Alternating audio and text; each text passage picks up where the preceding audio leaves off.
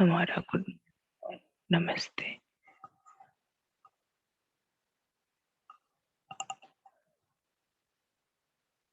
मुरली की ओर बढ़ने से पहले एज यूजुअल थोड़ा रिवीजन करेंगे सभी। इसके लिए अलर्ट हो जाइए।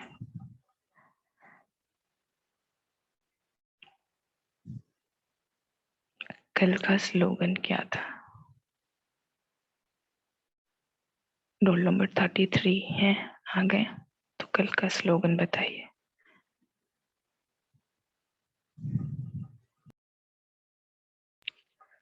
कल की साकार मुरली का स्लोगन क्या था? Roll number 33, 34, 35। जी, ओम अच्छा, शांति। 34 बाबा ने कहा था समय और श्वास को सफल करना है तो इसी से सफलता मिलेगी।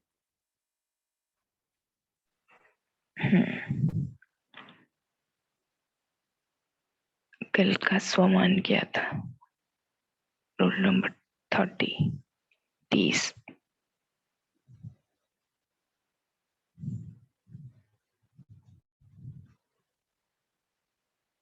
29।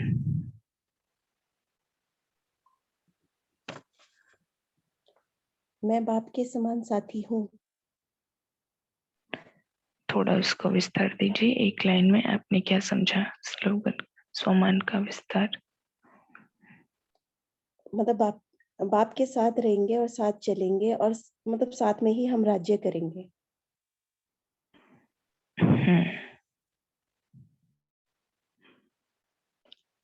कल की अव्यक्त मुरली जो चली क्लास में, वो क्या मुरली का चैप्टर का क्या नेम था? रोल नंबर 24,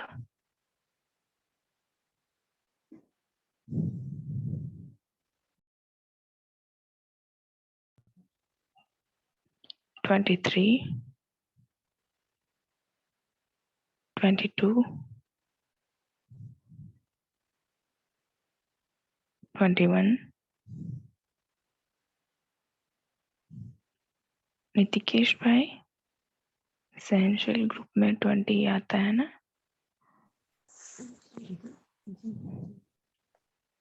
नहीं है बच्चे?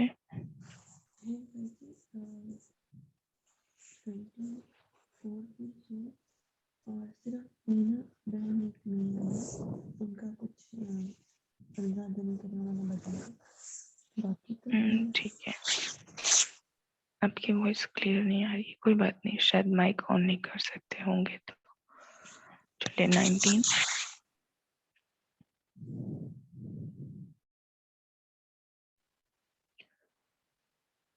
50,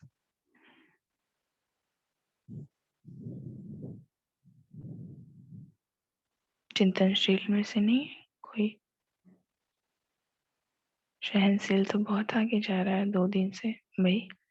रहमदिल और हर्षित मुख चिंतनशील दर्शनीय मुहूर्त में से है कोई?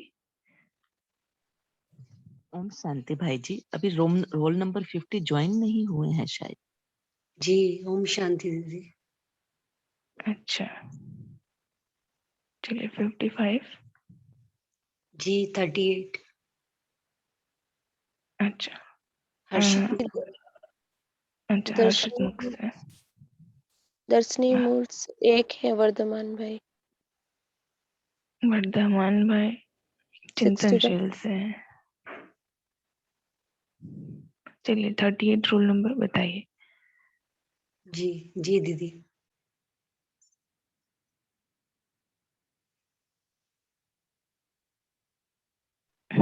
कल की जो मुरली पढ़ी गई, क्वेश्चन तो पता ही है ना? नहीं, अभी एक्चुअली मैं बैठी अभी हूँ, क्लास ज्वाइन कर रखी थी और किचन में कुछ काम ठीक कर है। रही थी। आज कल की मुरली का क्या चैप्टर जो था पढ़ा हम सब ने, उसका क्या नाम था? मीन्स हेडिंग क्या थी मुरली की, टाइटल क्या थी, डेट क्या था, ये पूछा गया। जी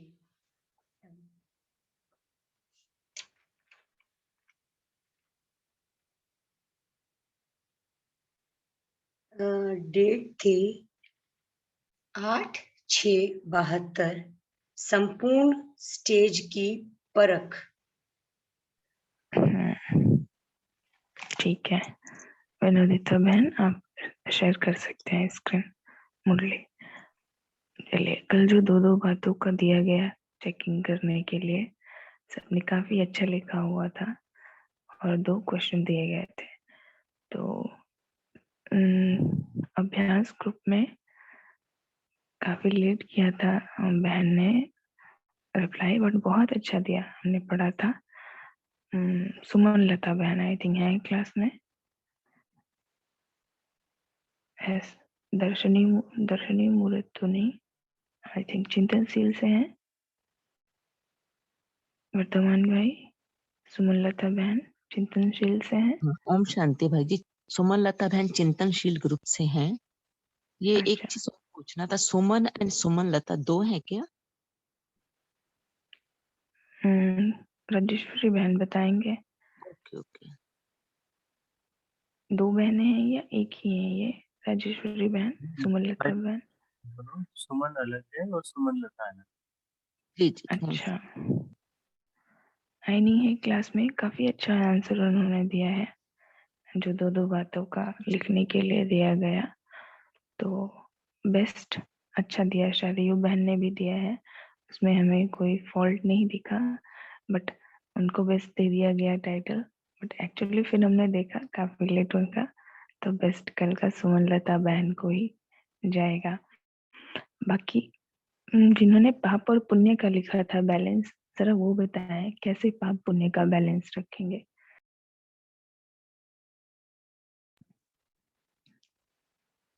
लिखा है, उन्होंने भी लिखा हुआ है, लेकिन दही जरा एक्सप्लेन कीजिए। जिन्होंने लिखा है पाप पुण्य का, कईयों ने लिखा था, देखा हमने।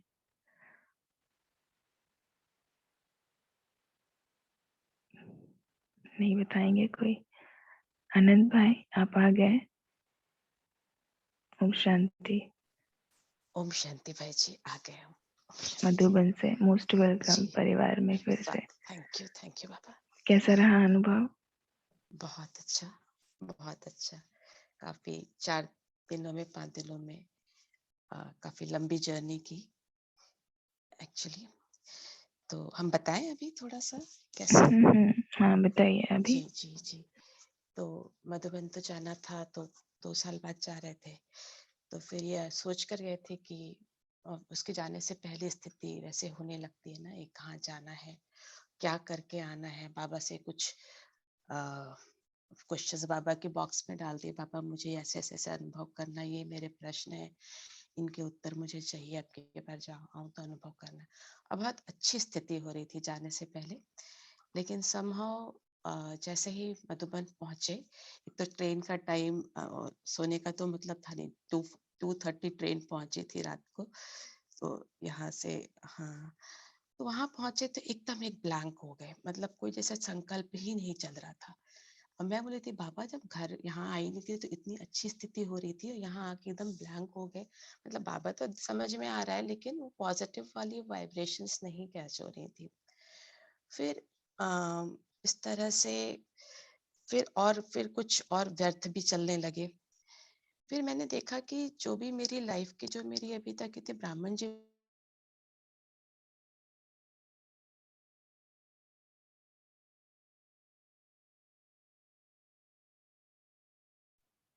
आवाज नहीं आई। वॉइस बंद हो गई है। आनंद भाई आपको। उस एक एक क्लास से और बाबा के रूम में बैठ कर या कहाँ भी योग करके, मुझे एक एक जो प्रॉब्लम मैंने फेस की पहले, जैसे संक्षेप में सारी प्रॉब्लम फेस की, फिर उस हर प्रॉब्लम का सॉल्यूशन भी मिलता गया।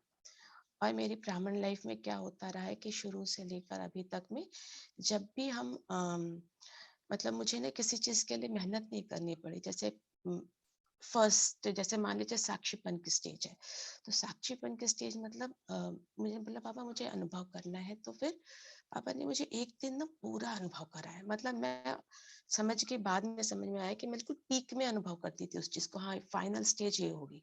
उसके बाद से 1-2 दिन बाद उससे नीचे आ जाती थी, फिर मुझे वो स्मृति में रहता था कि हाँ, ये जो है ना, ये वाला जो अनुभव था कि मुझे ना किसी की बात दिखाई पड़ रही, ना सुनाई पड़ रही है, मैं बाबा के संग ही बैठी हुई हूँ। जैसे शुरू से ऐसा रहा है। इनफैक्ट बाबा को भी, मुझे निराकार बाबा को भी देखने का शुरू में बिल्कुल अभ्यास ही नहीं करना पड़ा। वो सेकंड डे किया और सेकंड डे से मुझे बाबा सामने जैसे हाँ, वो आकाश में मुझे बाबा की रोशनी आ रही, मतलब इस तरह से लोगों के मस्तक में जो बचपन जो होता है ना ज्ञान का, वो बड़ा सुंदर रहा 1-1.5 साल, जिसमें किसी भी चीज का अभ्यास नहीं करना पड़ा। तो वहां बैठकर जो है बाबा से मैंने वो सारे क्वेश्चन पूछे, बाबा इतनी अच्छी तरह से अभी जो स्मृतियां दिलाई हैं, अब उसका मुझे एक एक चीज का अभ्यास करना है। तो इतनी स्ट्रांग टचिंग हुई कि इसके लिए ये करना है, इसके लिए ये करना है। मैं एक एक पॉइंट के उसके नोट्स बनाती गई और बहुत सुंदर रहा हमें अभ्यास पूरे हर 4-5 दिन का। और जिस दिन वो मुरली चली, बाबा ने बोला श्वासोश्वास मुझे याद करो। उसके एक दिन पहले रात को अव्यक्त मुरली पड़ी थी कि बाबा को अपने सम्मुख रखो। तो जब अमृत वेला उठे 2:30 बजे, उठ के तुरंत ही बाबा को सम्मुख रखना है। और अमृत वेला करके जब डायमंड हॉल से निकले, पीछे से दीदी मुरली सुनाना शुरू किया, श्वासोश्वास याद करो। उस दिन तो ऐसी स्थिति होगी कि हाँ, श्वासोश्वास याद ही करना है। तो बोले तो प्रैक्टिकल में तो नहीं, थ्योरी में चलते फिरते उठते बैठते किसी से बात करते भी ऐसा लग रहा था कि बाबा मुझे मेरी स्मृति में ही है। अटेंशन बोले तो 16 घंटा लेकिन योग हुआ, लेकिन मालूम है एक्चुअली में नहीं हुआ। कहने का अर्थ है कि गैप नहीं रहा व्यर्थ चलने में, मतलब बाबा न रहने में और ना रहने में। उसके अलावा अपनी बहुत सारी कमियों की भी बहुत चेकिंग हुई, बहुत अच्छी तरह से बैठ कर एक एक परेशानी को बाबा के सामने रखते गए। नष्टो मोह स्टेज की बाबा क्या स्थिति है अभी, आज आपके सामने बैठकर मैं इन आत्माओं से विमुख होना चाहती। विमुख मतलब हाँ, लौकिक संबंधों से। तो हर चीज की परसेंटेज में चेकिंग हुई, बहुत सारी और ऐसे अनुभव दी थी। भाई सबको ओम शांति। बहुत सुंदर अनुभव रहा। ओम शांति।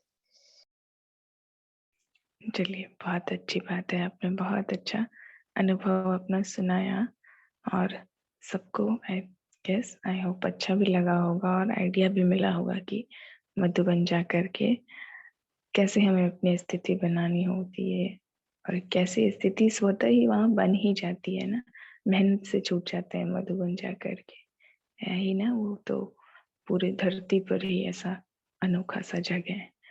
चलिए, थैंक यू आपका, आप मधुबन से होकर के आ रहे हैं और क्लास को भी अच्छी अच्छी वाइब्रेशन दे रहे हैं, तो आपका भी शुक्रिया, बाप का भी शुक्रिया। और कोई मधुबन से आ रहे हैं रिसेंट में, कोई और है क्लास में जो मधुबन से आए हैं?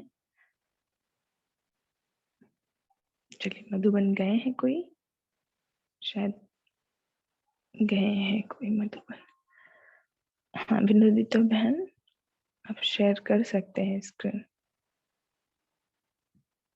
ओम शांति भाई जी। एक चीज फिर जैसे ही हम निकलने वाले थे तो वो ट्रेन के लिए सॉरी बस के लिए वेट कर रहे थे स्टेशन के लिए, एक भाई जी आए, मेरे से बात करनी शुरू की। मैं ये हूँ, मैंने बोला अच्छा आप, तो उनकी आवाज सुनते मैंने उनको पहचाना।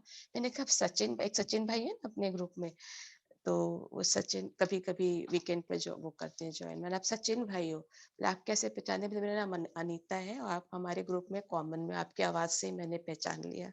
ओम शांति। हाँ, उन्होंने शेयर किया था सूरज भाई के साथ फोटो, अभी भी शायद वो है मधुबन में ही है। नहीं, आगे हम लोग एक ही ट्रेन में आमने सामने बर्थ में ही थे एक्चुअली, तो आगे अच्छा वापस हाँ जी। अच्छा, इधर क्लास से उधर मिल गए बच्चे हाँ बाबा के। वही वही वही जी। चलिए, बहुत अच्छी बात है। कभी प्लानिंग हुई तो सब साथ चलेंगे मधुबन है ना। आगे बढ़ते हैं। बाबा ने 2 बातें जो बताई, तो अनंत भाई तो खूब भरपूर होकर के आ रहे हैं मधुबन से। आप सभी को ऐसा तो नहीं लग रहा है ना कि हम सब तो खाली ही रह जा रहे हैं, मधुबन जाने को नहीं मिल रहा है? ऐसा तो नहीं है ना, भरपूर हो रहे हैं ना हर जगह जहाँ जो बैठे हुए हैं। चलिए भाई, सभी बाबा तो हर जगह ही है ना, मधुबन जी सब तो होकर के कहीं आ भी गए होंगे, कहीं को जाना भी होगा नेक्स्ट ईयर में। आगे बढ़ते हैं। कल की मुरली याद है सबको? एक एक पॉइंट सभी सुनाइए। चलिए, रोल नंबर 1। आज की मुरली एकदम छोटी सी है, प्यारी सी है, इसलिए अभी आप सबसे थोड़ी चेकिंग करते हैं। अच्छा, साउथ इंडिया से कितने बच्चे हैं बाबा के यहाँ पर? हैंड रेज कीजिए। समझ आती है ना हिंदी प्रॉपर? हैंड रेज कीजिए। हमें कल पता चला कि दीपिका बहन भी साउथ इंडिया से ही है क्लास में? नहीं आए? हाँ बताइए आप। हिंदी समझने में प्रॉब्लम तो नहीं होती ना नारायण भाई? नहीं दीदी, मैं हिंदी पंडित हूँ यहाँ का। तो ओ, हिंदी पंडित है? हाँ, अरे वाह, वेरी गुड, अच्छी यहाँ पे बात है। हिंदी सिखा रहा हूँ। अच्छा, वेरी गुड। चलिए, यहाँ पे जिनको प्रॉब्लम होगी, शामिस्ठा बहन, आपको प्रॉब्लम तो नहीं होती ना उधर बंगाल से हिंदी की? ओम शांति दीदी, कुछ कुछ टर्म के लिए प्रॉब्लम होता है तो वो मैं पूछ लेती हूँ, अच्छा, अदरवाइज चलिए। हाँ। शांति। हिंदी आना तो सबको बहुत जरूरी है। स्वर्ग में हमारी तो भाषा ही हिंदी होगी ना, बाबा ने कहा है। सत्युग के एक बड़ी स्वर्ग की सुंदर सी मुरली है। और कोई है ईस्ट साइड से, उधर आसाम, अरुणाचल, नागालैंड से, उधर की भी भाषा एकदम चेंज है, शायद हिंदी समझ नहीं आती होगी। उधर से नहीं है कोई ना? होंगे जिनको हिंदी में थोड़ी प्रॉब्लम होती होगी तो बता देंगे, ठीक है? अभी बताइए, रोल नंबर 1। एक सबसे कल की मुरली तो बहुत ही बेस्ट है, बताइए। दीदी ओम शांति। बाबा ने कहा कि बैलेंस रखने के लिए तो कई बातें बताई बाबा ने। निंदा, त्रुटि, स्नेह, शक्ति, जय और पराजय, और न्यारा और प्यारा की महिमा, और ग्लानि तुम्हारी प्रवृत्ति मार्ग में क्या है। बाबा ने कई दो बातों पे ध्यान खिंचवाया। ओम शांति दीदी। गुड। चलिए, रोल नंबर 2 तो अभी बता पाएंगे या कल बताएंगे, कल से प्रॉपर क्लास में? नहीं, मैंने तो नोट्स दीदी हर दिन बनाए मुरली के, तो अच्छा, बाबा ने अरे वाह। आप रेगुलर क्लासेस सुन रहे थे? नहीं, क्लासेस सुन नहीं रहे थे, मुरली पढ़ रहे थे दीदी। मैं ओके, डिजिटल वेरी से गुड। अवॉइड ही किया, डिजिटल पुरुषार्थ नहीं करेंगे ये हमने सोचा हुआ था। तो फिर जी, बाबा ने मुझे बहुत अच्छा पॉइंट लगा कि चित्र में भी दिखाते हैं शिव शक्तियों को, जो प्रैक्टिकल में गायन है, जो नैनो में और कर्म में है ना, जो कि नैनो में रूहानियत और कर्म में जो है मतलब हाथ में पूरे शस्त्र दिखाए हैं, वो वाला पॉइंट। ओम शांति। Very good. नेक्स्ट, बच्चे कितने बाबा के मीन्स लगन वाले हैं ना, कहीं भी रहेंगे मुरली नहीं छोड़ेंगे, सब्जेक्ट अपना पढ़ते रहेंगे, पढ़ाई से ध्यान नहीं हटना चाहिए। Very good. चलिए, रोल नंबर 3 बताइए। ओम शांति दीदी। कल की मुरली में बाबा ने मतलब दो दो चीजों के बारे में बताया था, जैसे कि कभी निंदा, स्तुति, फिर जय पराजय या सुख दुख। बाबा ने बोला कि इन सब में अगर हम समान हैं तो उसको ही जो है संपूर्णता की स्टेज कहते हैं। ओम शांति दीदी। Very good. रोल नंबर 4, सबकी रिवीजन भी हो रही है ना इसी तरह। 4, रोल नंबर 4। एब्सेंट। अच्छा, 5, एब्सेंट। 6। ओम शांति जी। बताइए। जी, हमने नोट नहीं किया था कल कुछ। अच्छा, ठीक है, फिर आप सुनिए। Roll number 7। एब्सेंट। 8।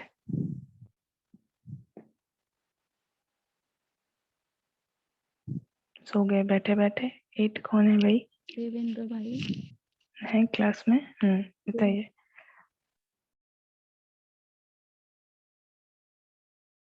इसमें पहला पॉइंट था कि संपूर्णता के स्टेज की परख के लिए बाबा ने 3 बातें बताई थी: मान अपमान, जय पराजय, सुख दुख। तो तीनों में समान रहेगा वही संपूर्णता के स्टेज की परख है प्रैक्टिकल कर्म में। और उसके अलावा जो इम्बैलेंस है, बैलेंस की बाबा ने बात की थी कि जो बैलेंस नहीं रहता है लाइफ में, जिसका बैलेंस होकर नहीं चलता है, उसको लंगड़ा कहते हैं। ओम शांति। और कल आपसे एक प्रश्न पूछा गया था, जब आपका रेडियो खराब हो गया तो आप उसको आज कंप्लीट कर लीजिए, कि जी गंभीर और रमणीक वाला प्रश्न था, जी याद है जी आपको? जी, बताइए। मुझे याद है क्या वास्तविकता ये है कि शुरू से अंतर्मुक्ता, या यूं कहो कि एकाकीपन मेरे पास है, संस्कार कहो या पिछले जन्मों की प्रारब्ध कहो, ये है मेरे पास, मिलनसारिता नहीं है। तो लेकिन मुझे लगता है कि पहले मैं मिलनसार होकर गंभीर नहीं हो पाऊंगा, पहले गंभीर होकर मैं मिलनसार हो पाऊंगा, रमणीक भी हो पाऊंगा, क्योंकि मैं पहले अंतर्मुक्ता में जाऊंगा, गहराई में जाऊंगा। गहराई के बाद ऊपर आना आसान होता है, ऊपर से नीचे जाना मुश्किल है थोड़ा सा, मुझे मेरा जो पर्सपेक्टिव है। तो गंभीरता ऑलरेडी मेरे पास है, तो उसके लिए मुझे, लेकिन गंभीरता से भी काम नहीं चलता है। केवल गंभीर होने से, ब्लैंक होने से कई बार ब्लैंक हो जाते हैं, कोई संकल्प नहीं है, कोई चिंतन नहीं है, या बहुत हल्का फुल्का चिंतन है, तो काम नहीं चलता है। काम चलता अंतर्मुक्ता से, जब तक पूरी इंट्रोवर्टनेस की स्टेज नहीं है, जब तक कि चिंतन स्वतः नहीं चल रहा है, ऑटो मोड में नहीं चल रहा है, तब तक वो जो स्थिति हमें चाहिए, वो जो अशरीरीपन का जो भाव चलते फिरते चाहिए, उससे अभी हम दूर हैं। वैसी स्थिति बनाने के लिए अभी पुरुषार्थ करना है। ओम शांति। मतलब रमणीक बनने के लिए पुरुषार्थ करना है, राइट? चलिए, शून्यता का बड़ा अभ्यास किया है आपने, ऐसा लगता है, पिछले जन्मों में भी और इस जन्म में तो किया ही है। लेकिन बाबा ने जैसा बताया है कि बैलेंस रख करके चलने से ही ब्लेसिंग्स मिलेंगी, वो ऐसा होता है ना, वो ठीक बताया आपने कि पहले जैसे बाबा कहता है कि अव्यक्त हो जाओ फिर व्यक्त में आओ, तो वैसे ही पहले बहुत गंभीर होना पड़ता है, तब एक्चुअल मीनिंग में हम सब रमणीक हो पाते हैं। अदरवाइज वो रमणीकता कुछ और ही हो जाती है। बिना गंभीर हुए, बिना ही अपने एकांतवासी हुए अगर हम सब बहुत ही ज्यादा सोशल बटरफ्लाइज हो जाएंगे, तो फिर उसका कोई मतलब नहीं है, वो लौकिक जीवन का ही हिस्सा होता है। लेकिन फिर एक बार जब हमने, बाबा ने कहा हुआ है कि हम बच्चों ने अगर एक बार अव्यक्त स्थिति का जस्ट फॉर एग्जांपल अनुभव कर लिया, तो व्यक्त में आने के बाद भी अव्यक्त की झलक रहती है। उसी तरह सभी के लिए भी, जैसे हम सब एकांतवासी बनते हैं, है ना, पुरुषार्थ करना स्टार्ट करते हैं, तो कट ऑफ करते हैं लौकिक दुनिया से, लौकिक जीवन से कट ऑफ होती है हमारी, और दुनियावी आत्माओं से भी कट ऑफ होती है।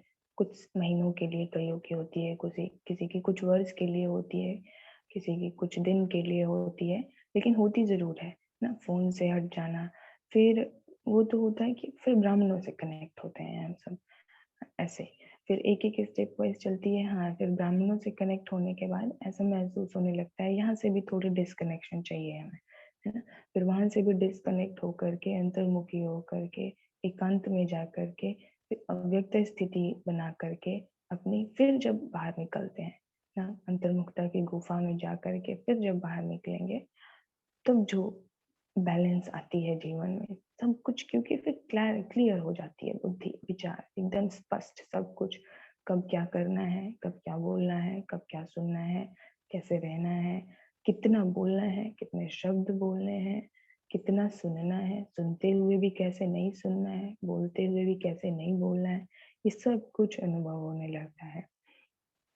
लेकिन अगर हम सब सोचे कि सिर्फ एक ही अति में रह जाएं, तो वो थोड़ा हानिकारक हो जाता है सबके लिए, है ना।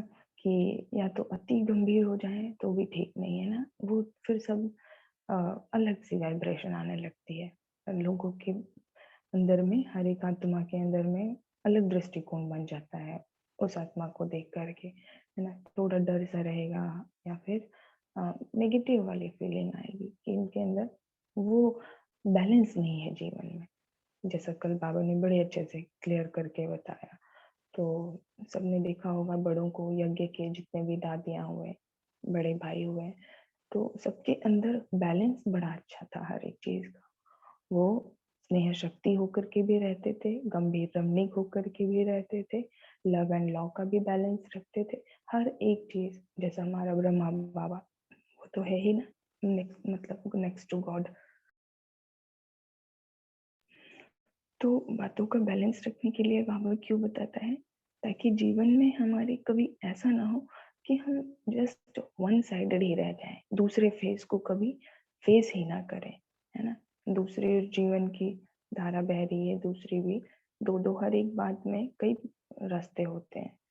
तो एक में ही सिर्फ अटक के रह जाएंगे तो दूसरे को अनुभव नहीं कर पाएंगे, है ना। फिर अगला जन्म लेंगे तो फिर उसको टेस्ट करने का मन करेगा, ये क्या नई चीज है ना। तो इसलिए जीवन के हर एक पहलू को हम सबको टेस्ट करते हुए चलना है, उसको ही बैलेंस कहते हैं। और बाबा ने बताया है कि एक अगर हम एक रास्ते पे चल रहे हैं तो दूसरे रास्ते का भी हमें मालूम होना चाहिए, है ना, कि इसमें क्या है, इस रास्ते में क्या है।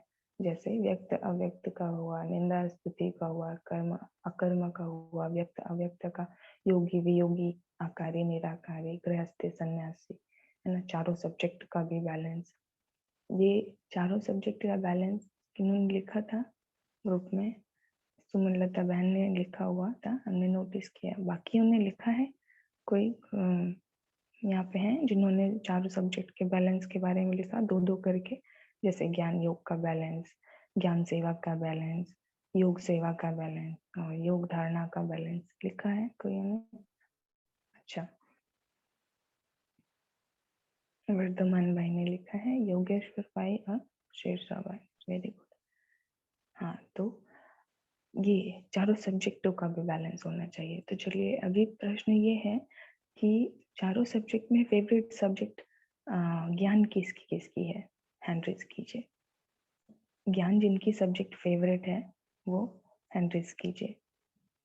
सबसे अच्छी लगती है वो ज्ञान वाली सब्जेक्ट।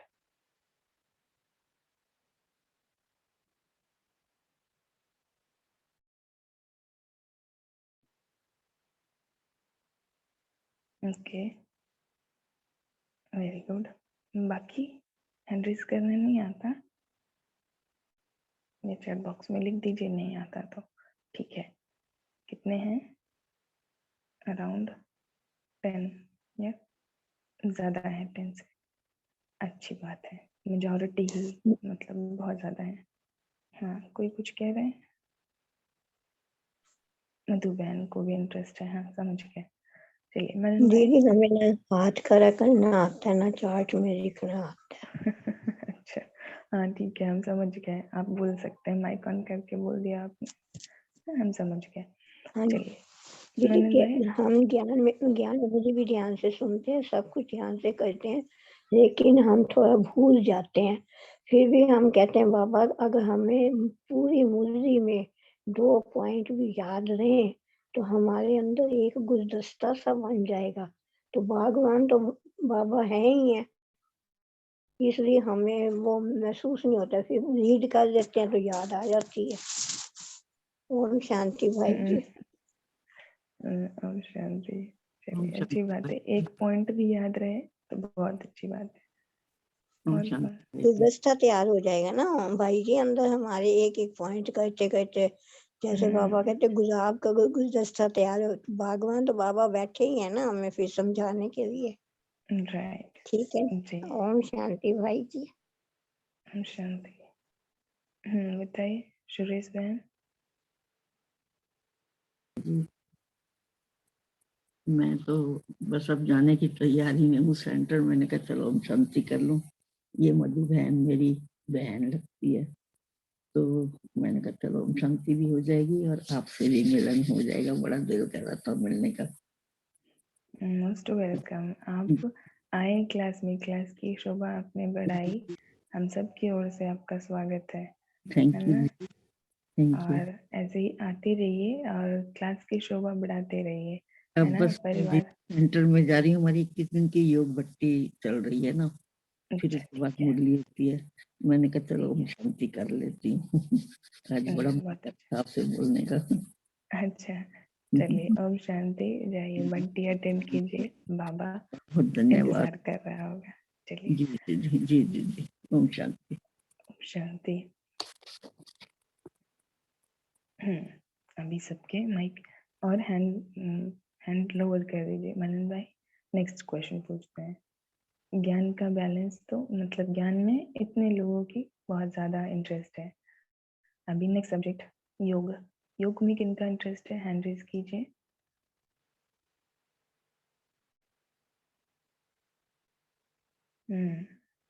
काफी हैं, बहुत हैं। Very good. अच्छा, ज्ञान से भी ज्यादा योग वाले हैं ऐसा लग रहा है। अरे वाह, क्या बात है। ओहो हो, ये तो अबाउट सारे ही हो गए। Very good. योग में आप सबकी रुचि देखकर हमें बहुत अच्छा लगा।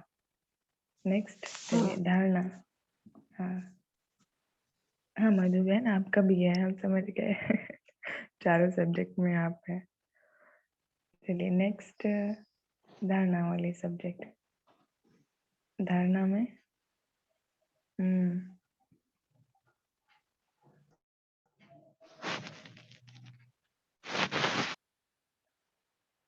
अरे वाह, योग से कम है धारणा वाले। धारणा का टफ है, मतलब धारणा वाली सब्जेक्ट टफ हो गई, इसलिए ही बहुत सारे जो बच्चे हैं बाबा के, जो ज्ञान में नहीं है, वो सभी तो भगवान के ही बच्चे हैं ना, तो इसलिए डरते हैं कि धारणा ना करनी पड़े। इतनी गहरी मतलब टफ है धारणा, है ना, कि बैंड बज जाती है सबकी सुन के ही। इसलिए बेचारे दूर दूर से ही ओम शांति कर लेते हैं कि नहीं, हम सेंटर नहीं जाएंगे, आपको ओम शांति दूर से ही। चलिए, आप सभी धारणा मूर्त आत्माएं जिन्होंने हैंड रेस किया है, और जिन्होंने नहीं भी किया है तो कुछ ना कुछ तो धारणाएं की हुई है, लेकिन इंटरेस्ट की बात रही तो जिन्होंने हैंड रेस किया है, वेरी वेल डन। धारणा सब्जेक्ट में आपकी इंटरेस्ट है। लास्ट, सेवा। दीदी आपको कुछ खबरें सुनाऊं? मैं कल 21 साल की बाबा की बच्ची बन जाऊंगी। मेरा हैप्पी बर्थडे है।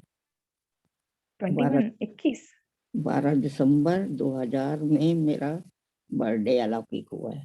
तो कल अरे जो है, वाह, जी जी, तो हमारे जी चलिए आपको बहुत बहुत मुबारक हो। 21 साल के बाबा के बच्चे हो गए आप। थैंक यू जी। बहुत अच्छी बात है।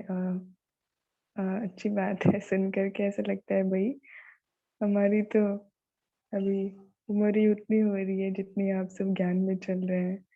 अच्छी बात है। चलिए नेक्स्ट, सेवा में सब्जेक्ट। सेवा में किनका इंटरेस्ट है?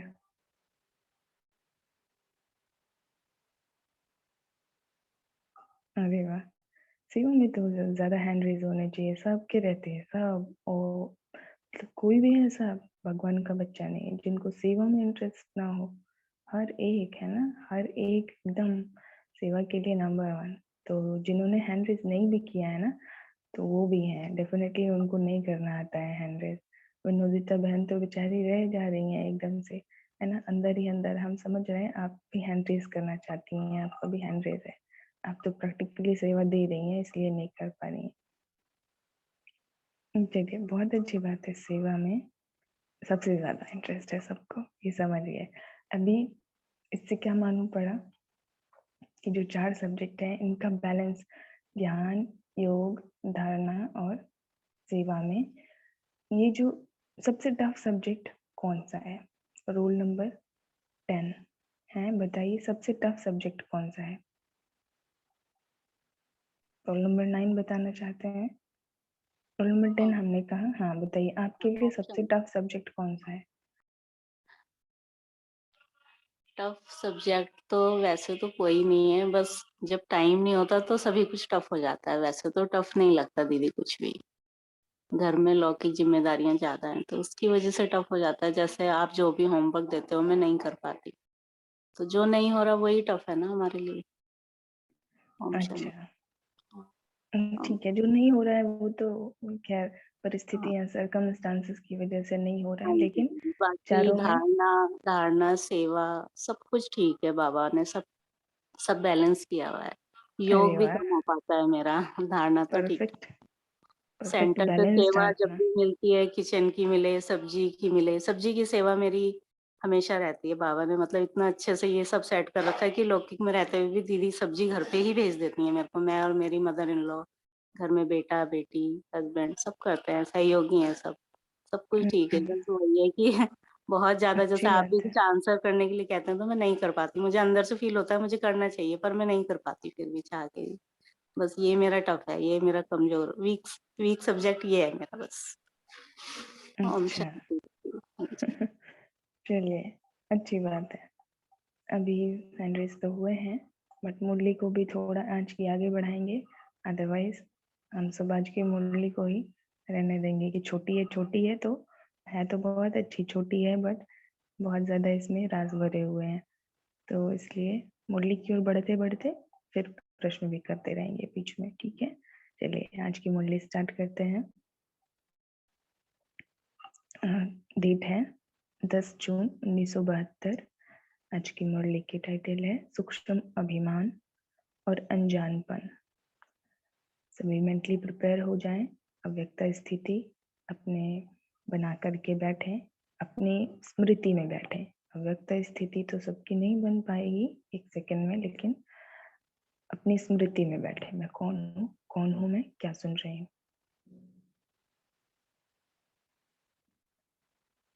वर्तमान समय चारों ओर के पुरुषार्थियों के पुरुषार्थ में मुख्य दो बातों की कमजोरी व कमी दिखाई देती है।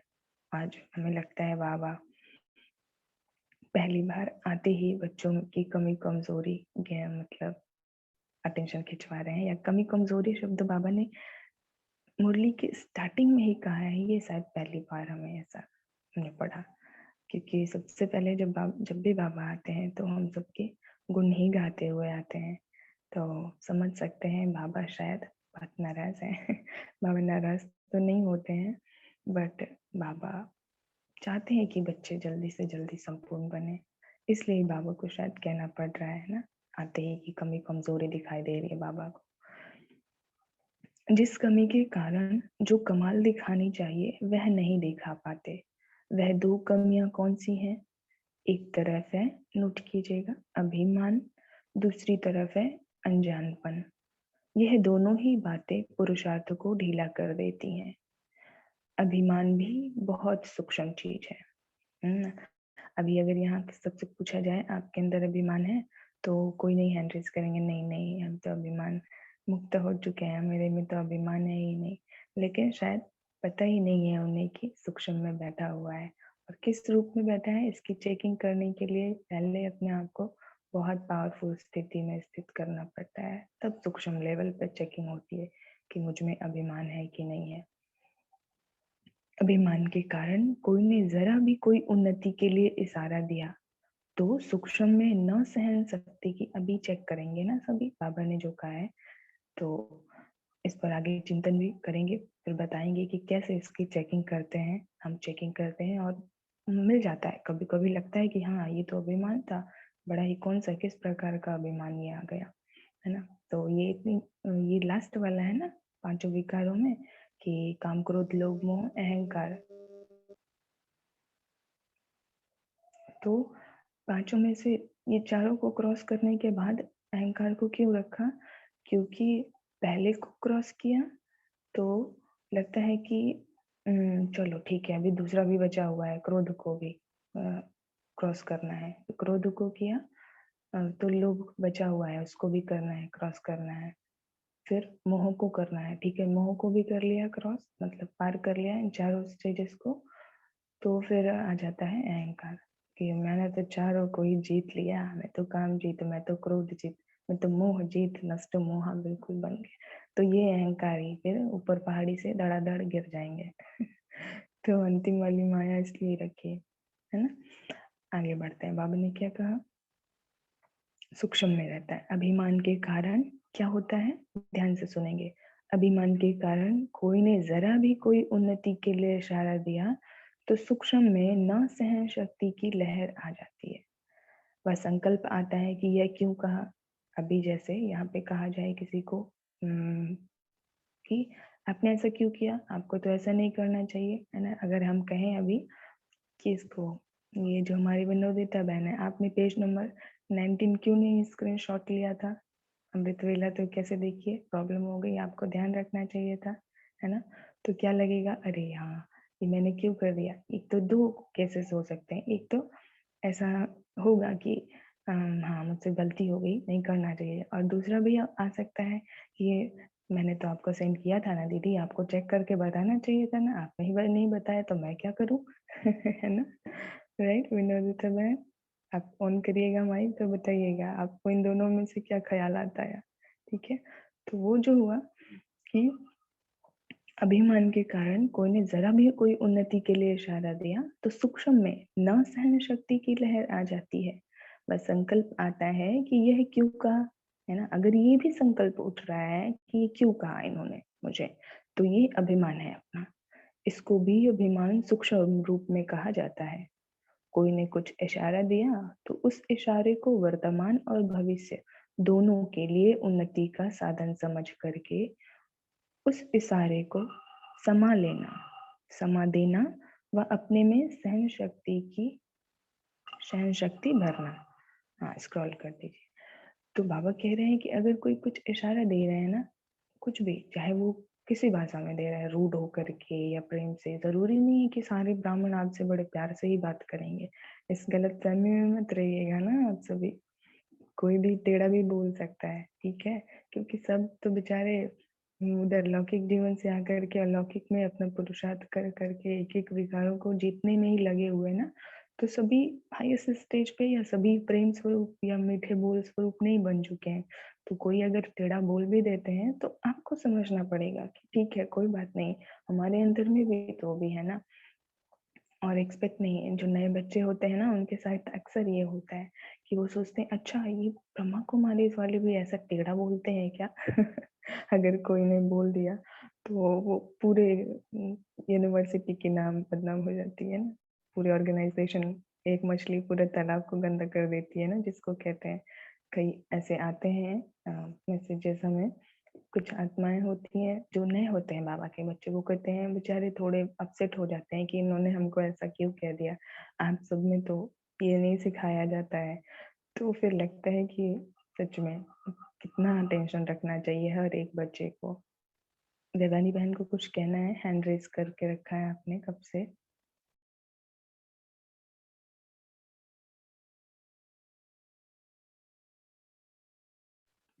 चलिए आगे बढ़ते ओम हैं। शांति भाई जी जैसे सहन शक्ति तो बहुत है, लेकिन कई बार ऐसा होता है ना कि सूक्ष्म आगे आके बहुत परेशान कर देते हैं, विघ्न कर देते हैं। उस वक्त क्या करना चाहिए हम लोगों को? अच्छा वो बताते हैं, अभी मुरली आगे बढ़ते हैं ना, शायद उत्तर मिल जाएगा आपको। ठीक है, अच्छा ठीक है, प्रश्न है ठीक है। आपका, मुरली थैंक यू एंड भाई करने जी। के बाद बताते हैं। आगे बाबा कहते हैं कि यह अभ्यास होना चाहिए। क्या अभ्यास होना चाहिए कि कोई कुछ इशारा दे रहा है, चाहे वो प्यार से दे रहा है, चाहे वो रूपली दे रहा है, आपको अपने अंदर में सहन शक्ति भर करके ये अभ्यास करना चाहिए कि वो मेरी उन्नति के लिए, प्रेजेंट में भी मेरी उन्नति के लिए, फ्यूचर में भी मेरी उन्नति के लिए ऐसा कह रहे हैं। थोड़ा टफ होगा, स्टार्टिंग में प्रैक्टिस बनानी पड़ेगी सहन करने के लिए, लेकिन मतलब असंभव तो नहीं है ना, बन जाती है। सूक्ष्म में भी वृत्ति व दृष्टि में हलचल मचती है, क्यों, कैसे हुआ, है ना, एक्सेट्रा, क्या हुआ, ये तो नहीं होना चाहिए। इसको भी देही अभिमानी की स्टेज नहीं कहेंगे। जैसे महिमा सुनने के समय वृत्ति व दृष्टि में उस आत्मा के प्रति स्नेह की भावना रहती है। कितना सूक्ष्म चेकिंग है ना ये। शायद कईयों ने इस पर अटेंशन दिया नहीं होगा कि जब महिमा कोई करता है, सभी ध्यान दीजिएगा ना। अभी अगर किसी को प्रेस करें, हम कहते हैं ना बहुत अच्छा, वेरी गुड, आपने बहुत अच्छा बताया, तो अच्छा लगता है ना सबको। लेकिन वहीं पे अगर कह दिया जाए क्या कचरा लिखते हैं, एकदम से डस्टबिन बना के रख दिया है सब कुछ, पूरा चैट बॉक्स ही खराब करके रख दिया है, आपको तो कुछ आता ही नहीं है, तो वाइब्रेशन इंस्टेंटली तुरंत चेंज हो जाती है अपनी, है ना। किनको अनुभव है ये, कौन बताएंगे? चलिए नाम लेते हैं। हाँ रितु बहन आप बताइए। ऋषिकेश भाई, रितु रेडमी 7। मंजरी बहन हाँ बताइए, ऐसा होता है?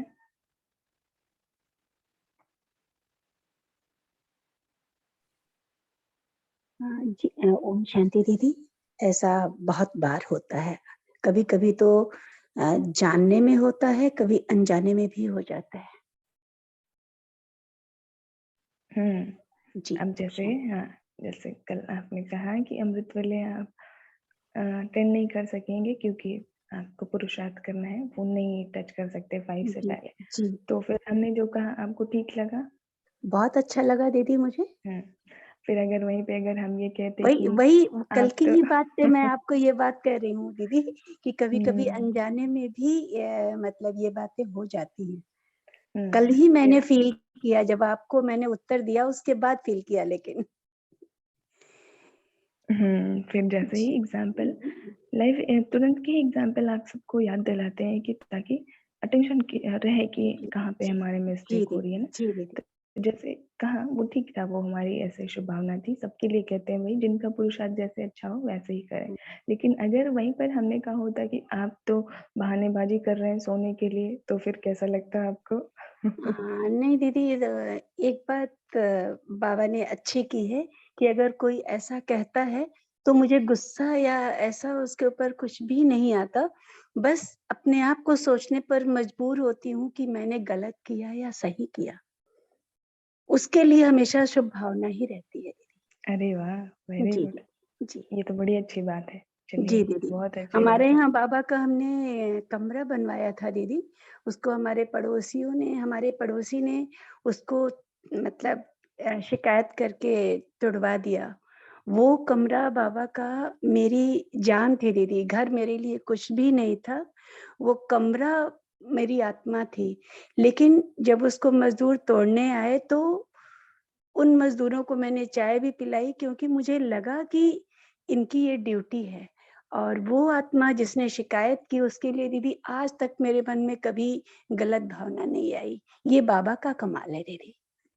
वाओ, सच में वो आपकी चेकिंग भी बाबा कर रहा था, परीक्षा भी ले रहा था और आप पास भी हो गए। Very good. आप सभी बहुत से बहुत बाबा का कमाल दीदी इसमें तो। ये भगवान की ही हो सकती है ना कमाल। जो कोई हमारे लिए गलत करे फिर भी हमारे मन में उनके लिए कुछ भी नहीं उठ रहा हो, एक भी संकल्प व्यर्थ नहीं, इवन अच्छे संकल्प चल रहे हो, तो ये कितनी महान, ये भगवान के अलावा कोई कर ही नहीं सकता। भगवान के अलावा कोई नहीं कर सकता दीदी। और उसको कोरोना हो गया, उसके घर कोई नहीं है, तो मुझे बार बार लग रहा था कि मैं इसको किसी तरह से खाना पहुंचाऊं, इसके घर कोई नहीं है। तो ये बात आ अरे वाह, रही। कितनी अच्छी दिव्य आत्मा। चलिए आप तो शोभा बढ़ा रहे हैं क्लास की, सबको इंस्पिरेशन भी मिलती है ऐसी बातें सुन करके, हर एक को सीखने को भी मिलता है यहाँ पर। तो थैंक यू, आपने शेयर किया। आपने इतनी अच्छी पुरुषार्थी हैं बाबा के शुक्रिया बाबा, महारथी बच्चे। चलिए आगे बढ़े। बाबू ने कहा आगे कि हर एक कोई अगर महिमा करता है तो उनके प्रति स्नेह की भावना रहती है। वैसे ही अगर कोई शिक्षा का इशारा देता है तो उसमें भी उसी आत्मा के प्रति ऐसे ही स्नेह की, शुभ चिंतक की भावना रहती कि यह आत्मा मेरे लिए बड़ी से बड़ी शुभ चिंतक है। समझ गए सभी बाबा क्या कह रहे हैं? कि अगर कोई महिमा कर रहा है तो बड़ी अच्छी वृत्ति बन जाती है उनके लिए। लेकिन अगर कोई समझाने देता है, ऐसा नहीं है कि आपकी हर एक बात को स्वीकार ही किया जाएगा। इस बात का सभी ध्यान रखेंगे ना कि ऐसा नहीं होता है कि संगठन में हर एक, जब हम सब अपनी बातें अपने आप ही, कई बातें होती हैं जो स्वीकार नहीं करते हैं, है ना। आत्मा कुछ और बोलती है, संकल्प कुछ और चलता है, वाणी कुछ और चलती है। तो जब हम अपनी ही बात को, अपने संकल्पों को वाचा और कर्मणा में नहीं ला पा रहे हैं, तो हम कैसे एक्सपेक्ट कर सकते हैं कि एक बड़ा सा समूह जो है, संगठन है, वहां पर हम हमारी हर एक बात को एक्सेप्ट करेगा, है ना। तो इसलिए ही इस बात को ध्यान रखना है कि जरूरी नहीं कि आपकी हर एक बात को माना ही जाए, आपकी हर एक बात को सराहा ही जाए। अपनी बातों को रखने, बालक और मालिक का बैलेंस बताया हुआ है ना बाबा ने। तो अगर कोई इशारा देते हैं कि ये छोड़ भी नहीं देना है, किसी के अगर कोई भी दिख रहा है कि ये कमजोरी है, तो उन्हें इशारा भी देना है। ऐसे नहीं कि ठीक है ये तो जो कर रहे हैं बाबा जाने, ये जाने, इनका भाग्य जाने, हम क्यों इंटरफेयर करें। नहीं, तो ये फिर अपने ऊपर बोझ चढ़ जाएगा कि आपने देखा, आपने इशारा नहीं दिया उनको। अदरवाइज कई बच्चे होते हैं जिनको इशारा दिया जाता है कि ये गलती है, यहाँ पे चेंज कीजिएगा चेक करके, तो वो अपने आप को सुधार ले आते हैं, अपने आप में चेंज करके बहुत अच्छे बच्चे बन जाते हैं। तो इशारा भी देना है एक दूसरे को, लेकिन ये अपनी भी रिस्पॉन्सिबिलिटी है कि हम कैसे इस दूसरे को इशारा दे रहे हैं। और ये भी रिस्पॉन्सिबिलिटी ये एक अपनी पर्सनली सबकी है कि कोई हमें किसी भी तरह से इशारा दे रहे हैं उसको स्वीकार करना है। ठीक है, आगे बाबा कह रहे हैं कि ये जो शुभ चिंतक वाली भावना है, ऐसी स्थिति को कहा जाता है देही अभिमानी। अगर देही अभिमानी नहीं है तो दूसरे शब्दों में अभिमान कहेंगे, इसलिए अपमान को सहन नहीं कर सकते, है ना। तो अगर कोई है जो अगर थोड़ी सी भी कोई कुछ समझा नहीं दे रहे हैं और तुरंत रिएक्ट कर दे रहे हैं ना, अभी जैसे एक एग्जांपल बताते हैं हमने अराउंड, हाँ सुन रहे अभी म्यूट कर दीजिएगा मनन भाई। तो अराउंड 1 ईयर बैक कोविड में ही, तो जैसे बहुत सारे चैनल्स होते हैं तो उसमें अपने बाबा के बच्चों के भी हैं, उन्होंने जैसे कहते हैं ना कि लाइक कीजिए, शेयर कीजिए, सब्सक्राइब कीजिए, तो फिर वहां पर हमने कहा भाई आपको ऐसे मांगने की क्या जरूरत है, बाबा के बच्चे आएंगे वो करेंगे ना अपने आप से। तो फिर उनके अलग ही टोन स्टार्ट हो गए हैं कि अहंकारी लोग ऐसे ही बोलते हैं ये वो। फिर हमारा एकदम शांत, कोई बात नहीं, समझ गए कैसी है आत्मा की स्टेज, तो ज्यादा बात को आगे बढ़ाना भी ठीक नहीं है। तो इसलिए ही समझ में आ जाती है स्टेजेस कि कोई कुछ भी कर रहे हैं, जरूरी नहीं होता है कि वो बहुत ज्यादा ही समझदार भी हैं या फिर उनसे हम बहुत ज्यादा हाई एक्सपेक्टेशन भी रख सके। ठीक है, तो बहुत युक्ति से भी चलना है, अपने आप को समझानी देनी है, लेकिन बहुत ही समझदारी से वो भी। आगे बाबा कह रहे हैं कि और दूसरी तरफ है बिल्कुल अनजान, इस कारण भी कई बातों में धोखा खाते हैं। कोई अपने को बचाने के लिए भी अनजान बनता है, कोई रियल भी अनजान बनता है ना। स्क्रॉल कीजिएगा ललिता बहन।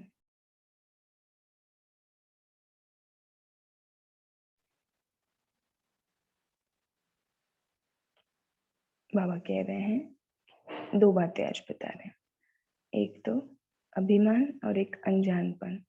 तो कोई होते हैं कि अनजान ना होते हुए भी अनजान बनते हैं, और कुछ बच्चे होते हैं जो सच में अनजान होते हैं। तो इसके लिए बाबा कह रहे हैं तो इन दोनों बातों के बजाय स्वमान अभिमान बिल्कुल खत्म हो जाए और निर्माण, यह दोनों बातें धारण करनी है। मनसा में स्वमान की स्मृति रहे और वाचा में कर्मणा में निर्माण अवस्था रहे, तो अभिमान खत्म हो जाएगा। बाबा कितने प्यार से अभिमान को भी खत्म करने के लिए बता रहे हैं, क्या आइडियाज है, क्या टेक्निक्स है। बाबा का तो सब कुछ हाईएस्ट ही होता है। अब और ये कोई नई बात नहीं बाबा बता रहा है आज कि अब स्वमान में रहो, निर्माण अवस्था को बनाओ, रिपीटेडली बात है, लेकिन कब किसको कहाँ अप्लाई करनी है दीदी ये भी कैसे बाबा निर्माण बताते यानी नहीं समझी दीदी, हैं। निर्माण यानी नहीं समझी। बता रहे हैं जैसे बाबा ने कहा मनसा में सोमान की स्मृति रहे, डेली सोमान लेते हैं ना, वो तो एक अलग बात है। डेली सोमान लेते हैं, अपने आप को अफर्मेशन देते हैं कि मैं ये हूँ, मैं ये हूँ, मैं ये हूँ, मैं ये हूँ। लेकिन जैसे ही बाबा कह रहे हैं कि आप वाचा और कर्मणा में आते हो, निर्माण मीन्स होता है कंस्ट्रक्टिव, तो उस स्वमान को हमें किस रीति से अपनी वाचा में ले आना है ना। जैसे अगर आप कहें कि मैं अभिमान मुक्त आत्मा हूँ, मैं भाव समान आत्मा हूँ, या फिर मैं वर्धाता मास्टर वर्धाता आत्मा हूँ, या फिर मैं मास्टर सर्वशक्तिमान का आप सभी लेते हैं जैसे सब मेजॉरिटी, मैं मास्टर सर्वशक्तिमान आत्मा हूँ का स्वमान आपने लिया। लेकिन जैसे ही हम वाचा में आते हैं, जब बोल रहे हैं, तो क्या हम इतने कंस्ट्रक्टिव हैं कि हम मास्टर सर्वशक्तिमान जो स्वमान लिया है उसको अपनी वाचा में कैसे यूज कर रहे हैं, है ना। बोलते वक्त तो मुझे कितना याद है कि मैं मास्टर सर्वशक्तिमान आत्मा हूँ, ठीक है, जब कोई कर्म कर रहे हैं या हम चल ही रहे हैं, समझिए एक जगह से दूसरे, एक रूम से दूसरे रूम में जा रहे हैं, तो हम किस अवस्था में जा रहे हैं, कितने कंस्ट्रक्टिव, कैसे निर्माणता हमारे में आई हुई है, किस रीति से हम एक कमरे से दूसरे कमरे में जा रहे हैं, या भोजन बना रहे हैं, या झाड़ू लगा रहे हैं, या कपड़े साफ कर रहे हैं। क्या मास्टर सर्वशक्तिवान की स्वमान जो लिया है हमने मनसा में, वो वाचा और कर्मणा में दिखाई दे रहा है? तो यही है निर्माण होना, है ना, निर्माण अवस्था, कि जो भी हम स्वमान मनसा में ले रहे हैं उसको अपनी वाचा और कर्मणा में किस तरह निर्माण करके लाना। निर्माण मतलब क्रिएट करना, है ना, जैसे बिल्डअप करना, कंस्ट्रक्ट करना। तो उस रीति से, जैसे कि ये चल रहे हैं तो अलग निर्माणता होगी, भोजन पका रहे हैं तो अलग वहां पर हमारी स्थिति होगी, अगर हम कपड़े धो रहे हैं तो अलग अवस्था होगी, है ना, कुछ और कर रहे हैं तो हर एक जगह पे हम अपनी मनसा में जो भी सामान लेकर के चल रहे हैं उसको क्रिएटिविटी के साथ कैसे वाचा और कर्मणा मिला रहे हैं बोलते वक्त। जैसे सबकी शक्तिशाली स्थिति अलग अलग दिखाई देती है ना, कि वो डिपेंड करता है अपने सामान कौन सा लिया हुआ है। तो कोई बोलते हैं तो लगता है कि बस ईयर प्लग निकाल के हटाओ, इनको आवाज सुननी ही नहीं है हमको, है ना। कोई बोलते हैं तो लगता है कि शक्तिशाली स्टेज है, सुन लेनी चाहिए क्या बता रहे हैं, है ना। कई बोलते हैं तो लगता है, सबकी आवाज से भी बहुत अलग अलग वाइब्रेशन फील होती है। वो किस बेसिस पर होती है सबको, सबकी आवाज से अलग अलग आपको जाती है वाइब्रेशन, भले ही फिजिकली एक दूसरे से बहुत दूर होंगे, नहीं जानते हैं किसी को कोई, लेकिन आवाज से सबको मालूम पड़ता है कि कौन सी स्टेज किन की कितनी बनी हुई है, जाती है सबको। गीतेश भाई। ओम शांति भाई जी। हाँ जी भाई जी, पता चल जाता है उनकी पढ़ाई से, उनकी याद से, मतलब जो 4 सब्जेक्ट हैं वो किस हिसाब से फॉलो करें, पता चल जाता है। जैसे आपको देखकर पता चल जाता है कि आप भी उसी चारों सब्जेक्ट को फॉलो करते हैं। ओम शांति भाई। हाँ, देवयानी बहन बताइए। वाणी में हमारी है ना देह अहंकार रहता है, कि हम वाणी से भी जज कर सकते हैं कि हम देह अभिमान में बोल रहे हैं या देह अभिमानी होकर बोल रहे हैं। दोनों की पिच अलग अलग है, दोनों की पिच अलग अलग है। बिल्कुल सही कहा, इससे मालूम पड़ जाता है वो, क्योंकि वाणी क्या है, अपने संकल्पों की तो एक झलक है ना, जो हम सोच रहे हैं वही तो हम बोल रहे हैं ना। बिना सोचे बिना स्वरूप बने हम वाणी में आ ही नहीं सकते। अगर हमारी जीरो ही है संकल्प तो वाणी भी जीरो ही हो जाएगी, है ना। जिनकी सोचने की शक्ति नहीं होती है, चिंतन की शक्ति नहीं होती है, वो तो ब्लैंक हो जाते हैं, फिर बोलेंगे क्या, राइट। तो इस रीति से ही देखा होगा ना, अगर यहाँ पर सभी स्टडी कर, जैसे क्लास का एग्जाम्पल लेते हैं, वो लौकिक क्लास का भी, स्कूल में तो सभी गए होंगे। तो जब टीचर कुछ पूछता है सब्जेक्ट से, अगर नहीं आ रहा होता है तो जो वो बच्चे एकदम चुप हो जाते हैं, है ना, नहीं बोलते हैं।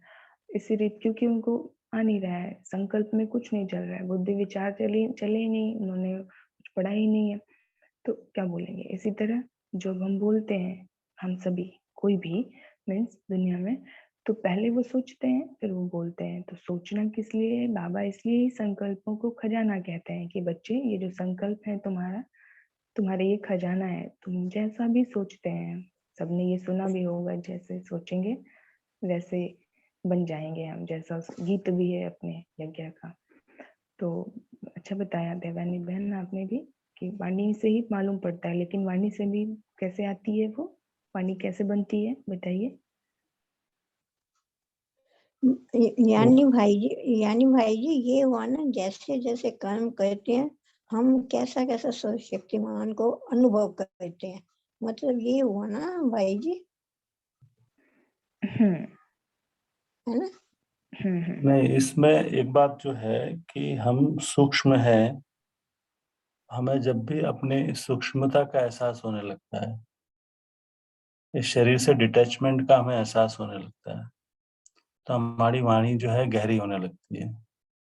वाणी का जो क्या कहना चाहिए, टोन भी चेंज होता है। और जैसे हम देह में आते हैं, देह अहंकार में आते हैं या अभिमान में आते हैं, तो हमारी वाणी शरीर से जुड़कर बात करती है, शरीर का रेस्पेक्ट लेती है, शरीर का रेफरेंस लेती है। तो दोनों चीजों का जो प्रभाव है वो अलग अलग है। राइट, बीच में थोड़ी वॉइस कट हुई आपकी, बट ठीक है, जितना बताया समझ आया, ठीक बताया, बिल्कुल सही बताया। चलिए आगे बढ़ते हैं।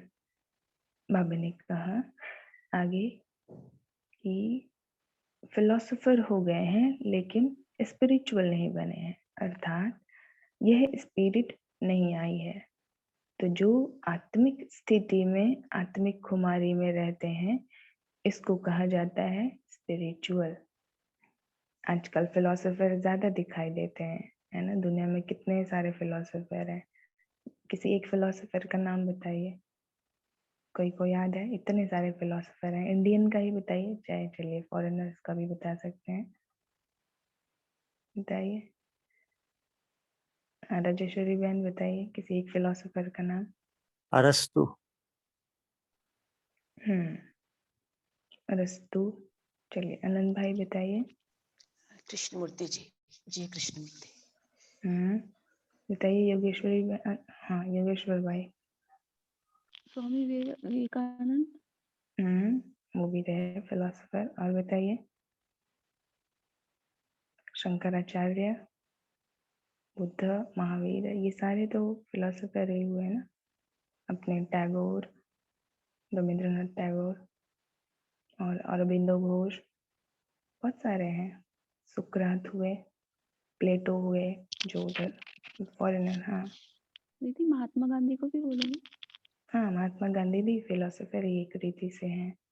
उन्होंने बहुत सारी ऐसे बुक्स लिखी है। फिलोसोफर मतलब डीप चिंतन जिनका चले तो फिलोसोफर ही हुए, वो थिंकर है ना सारे, ये सारे।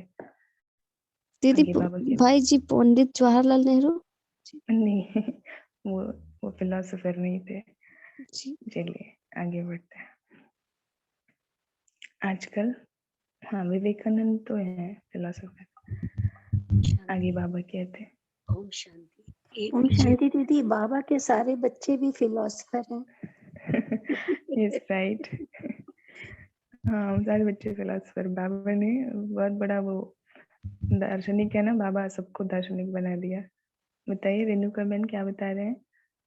जी पर साथ में स्पिरिचुअल भी बनना है भाई जी।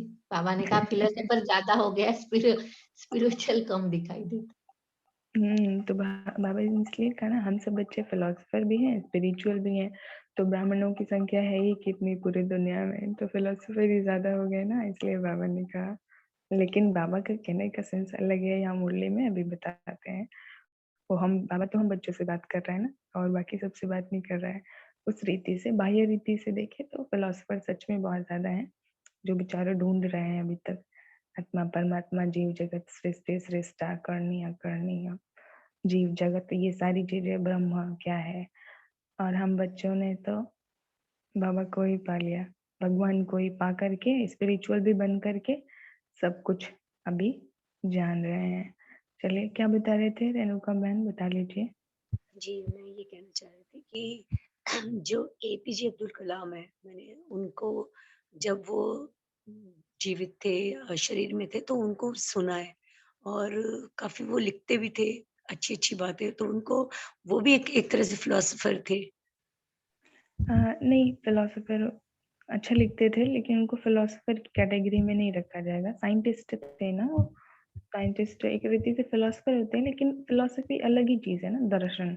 उसमें उन्होंने अच्छी बातें लिखना है, सिर्फ फिलोसफी नहीं होता है। फिलोसफी का एक अलग ही बात है, अलग है।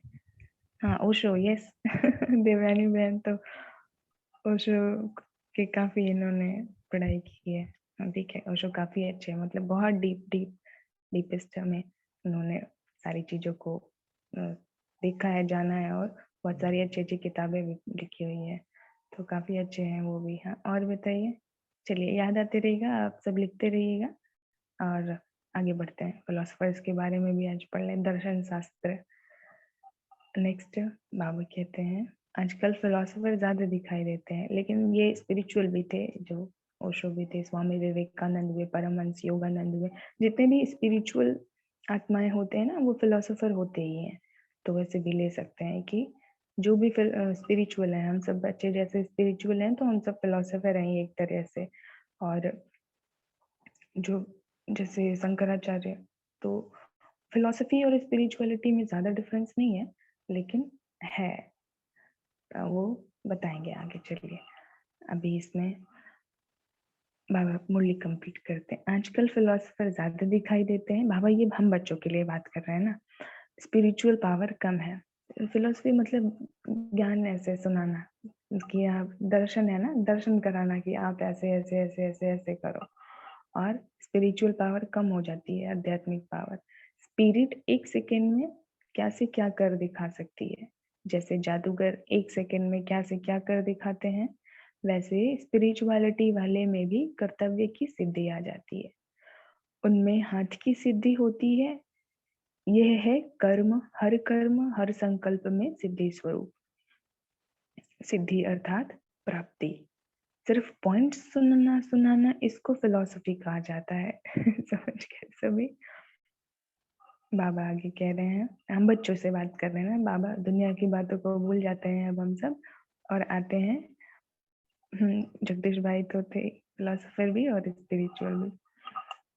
तो बाबा क्या कह रहे हैं कि सिर्फ क्या होती है फिलोसफी, क्या होती है, जो वाद विवाद तर्क वितर्क करते हैं ना दुनिया के हिसाब से। ये दो बातों पर लेकर चलेंगे। बाबा ये जो मुरली चला रहे हैं वो हम बच्चों के लिए चला रहे हैं। तो कहने का भाव बाबा का क्या है यहाँ पर अलग है। जो हम सब बातें कर रहे हैं दुनिया वाले फिलोसफर्स की, वो बिल्कुल अलग है। दोनों को मैच नहीं करिएगा आप सब एक साथ, ठीक है। बाबा जो हम बच्चों से बात कर रहे हैं कि हम बच्चे जो फिलोसोफर बन गए हैं कि ज्ञान के पॉइंट सिर्फ सुनते सुनाते रहते हैं एक दूसरे को, इसको फिलोसफी। तो फिलोसोफर तो सभी हैं यहाँ पर। तो चित्रा बहन ने भी बताया कि बाबा के सारे बच्चे फिलोसोफर हैं। कोई ऐसा नहीं कि जो ज्ञान सुनाने में एक्साइटेड ना हो, है ना। सारे फिलोसोफर हैं। तो फिलोसफी का प्रभाव अल्पकाल का पड़ता है, स्पिरिचुअलिटी का प्रभाव सदा के लिए पड़ता है। तो अभी अपने में कर्म की सिद्धि प्राप्त करने के लिए रूहानियत लानी है। मतलब अल्टीमेटली स्पिरिट को जगाना है, आत्मा को जगाना है, जागृत करना है, स्पिरिचुअल बनना है। अनजान बनने का अर्थ है कि जो सुनते हैं उसको स्वरूप तक नहीं लाते हैं। अनजान दो बातों। मुरली का हेडिंग क्या है, टाइटल सबको मालूम है ना। ऐसा तो नहीं कि आगे बढ़ गए और मालूम ही नहीं। बीना बहन बताइए। मतलब और मनोज अनजान, भाई। सूक्ष्म और अनजान। अच्छा रेखा बहन। क्या बताया आपने। सूक्ष्म अनजान और सूक्ष्म अभिमान और अनजान। अनजानपन, अभिमान और अनजानपन चल रहा है। तो बाबा ने अभिमान को डिफाइन किया। क्या बताया अभिमान के बारे में बाबा ने। चलिए कोई और से पूछते हैं। बताइए दीपक भाई, मिस दीपिका बहन, रोल नंबर कमी कमजोरी। कमी कमजोरी। अच्छा चलिए, जिनसे, हाँ ठीक बताया आपने। अभी जिनसे पूछ रहे हैं वो बताएंगे। बताइए। सक्षम कालरा। भाई बहन कौन आईडी से ऐड आते हैं। कौन है? शालू बहन आती है। शालू बहन आती है इस आईडी से। सूक्ष्म काला शालू बहन। अच्छा शालू बहन बताइए हाँ अभिमान जी, के ओम बारे में। शांति दीदी। क्वेश्चन क्या है दीदी। हाँ बाबा ने अभिमान के बारे में क्या बातें बताई हैं अभी ऊपर। बाबा ने बोला है कि अभिमान जो है वो बहुत सूक्ष्म है। कुछ सूक्ष्म भी है और स्थूल में भी है। तो सूक्ष्म में बाबा ने बोला है कि कई बार हमें पता नहीं चलता अभिमान का। बहुत सूक्ष्म स्वरूप में हमें, मैं यही चीज पहले जब सुबह मैंने कल मुरली पढ़ी तो मुझे समझ नहीं आया कि सूक्ष्म रूप में अभिमान में क्या होगा जो हम समझ नहीं पाएंगे। मुझे इस चीज का क्लैरिटी नहीं हो पाई थी। अच्छा चलिए बताते हैं आगे। ठीक है आपने जितना बताया। अभी हाँ बताइए लक्ष्मी बहन। ओम शांति दीदी जी। वो बताना है, बाकी सबके प्रश्नों के लिए जाएंगे। बाबा ने कहा है कि जब भी कोई हमें हमारे कमी कमजोरी के बारे में बताता है और हमें चाहे वो सूक्ष्म वृत्ति, दृष्टि या भावना में फ़ील हो जाता है या हम ऊपर-नीचे हो जाते हैं, तो उसे बाबा ने बोला है कि सूक्ष्म रूप में भी अभिमान है। Very good. ठीक, अच्छे से मुरली सुनी आपने। नेक्स्ट बताइए निशा बहन, निष्ठावान भाई, आप बताइए बाबा ने क्या कहा? अभिमान क्या है, क्यों है, कैसे आता है, कुछ भी या आपने से भी बताइए।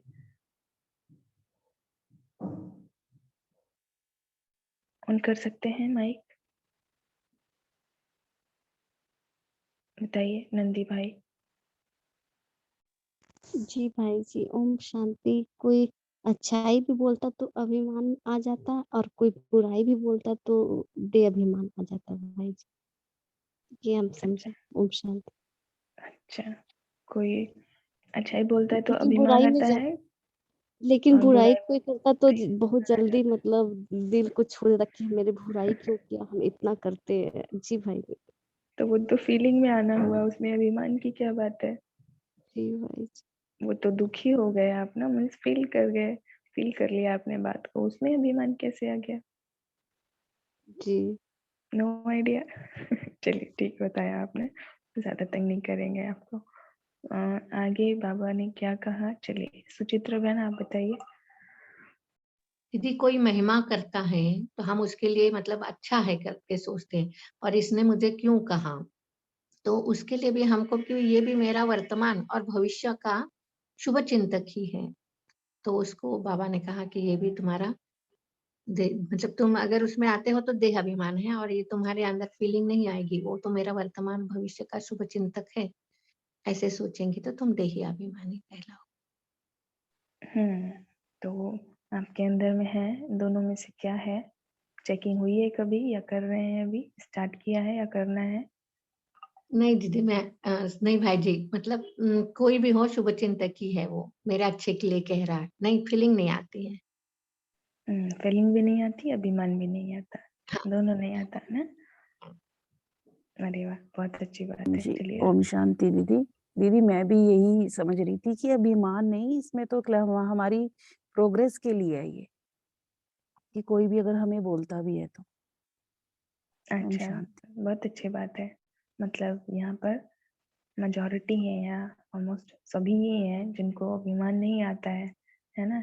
उनको ऐसा लगता है कि ये तो हमारी कितनी अच्छी बात है। चलिए ये तो पूरा क्या अभिमान मुक्त ग्रुप बन गया पूरा का पूरा। बाबा को देख करके बहुत खुशी हो रही होगी। क्यों रुहा भाई बताइए, रोल नंबर 43।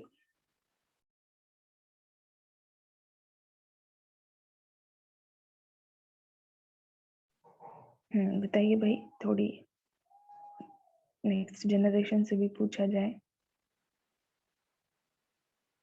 नो, नहीं ऑन कर सकते माइक। अभी के रवि भाई हैं क्लास में? नहीं है। मानव भाई? नो। कृष्णा बहन बताइए।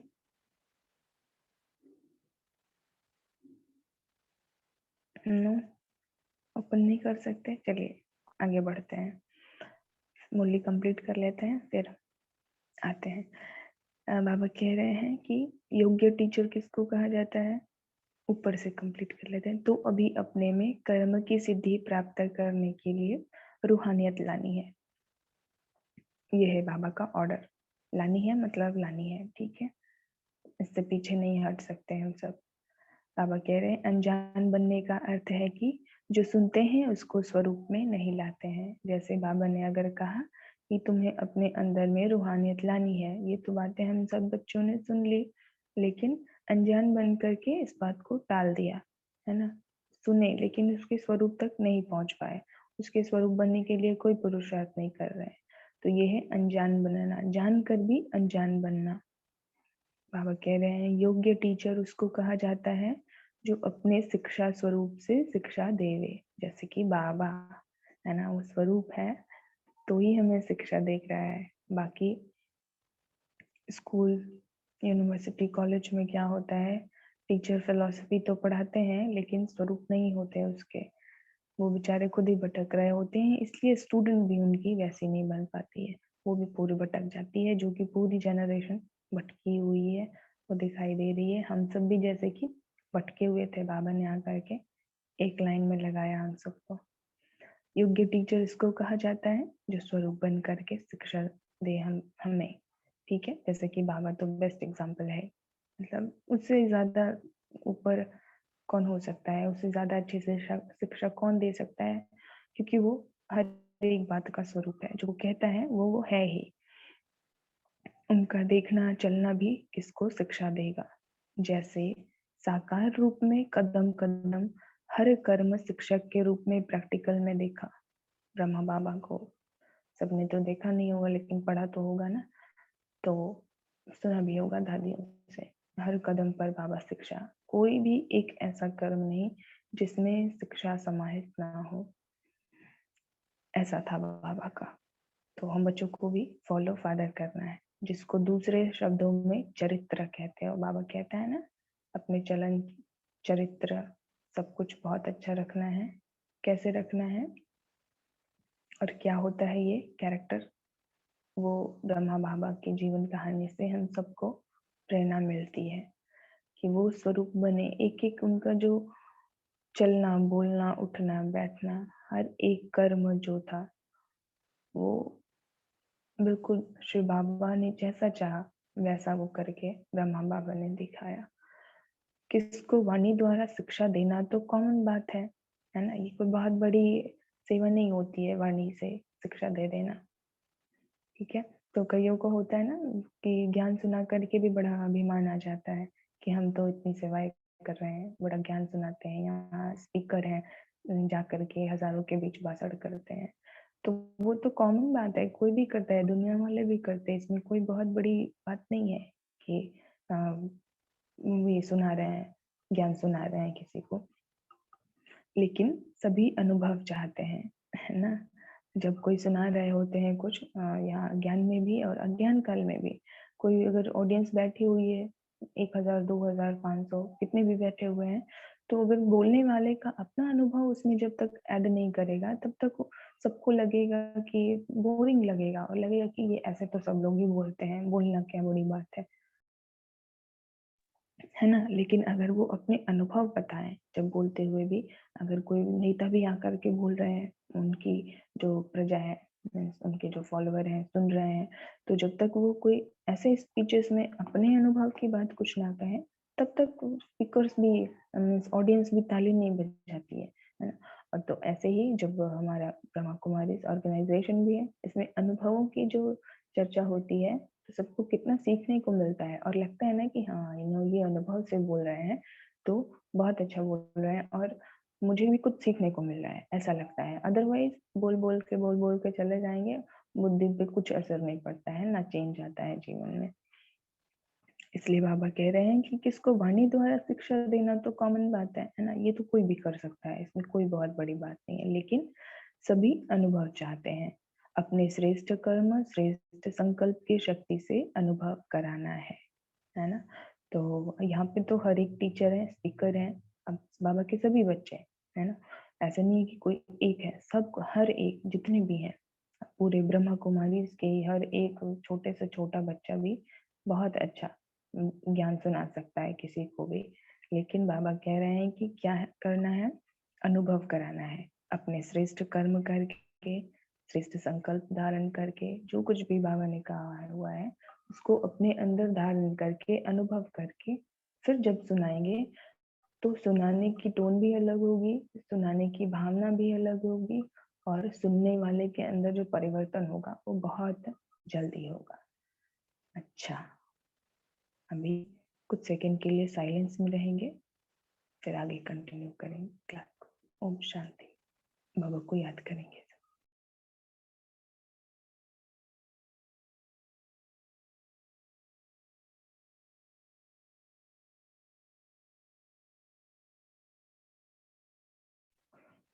ओम शांति। जितनी भी छोटी मुरली हो समय तो वहीं आकर के रुक जाता है, 6:20 हो ही गए। अभी हमें ऐसा लगा था मुरली छोटी है तो थोड़ा टाइम मिलेगा चिंतन मनन के लिए इस पर एक्स्ट्रा चलिए, लेकिन फिर भी बीच बीच में तो हो ही गया। आई थिंक ज़्यादा एक्सप्लेनेशन की फिर ज़रूरत नहीं है, फिर भी क्योंकि अभी तो सबको सेंटर जाना होगा और 6:20 पर मीटिंग एंड का टाइम है, तो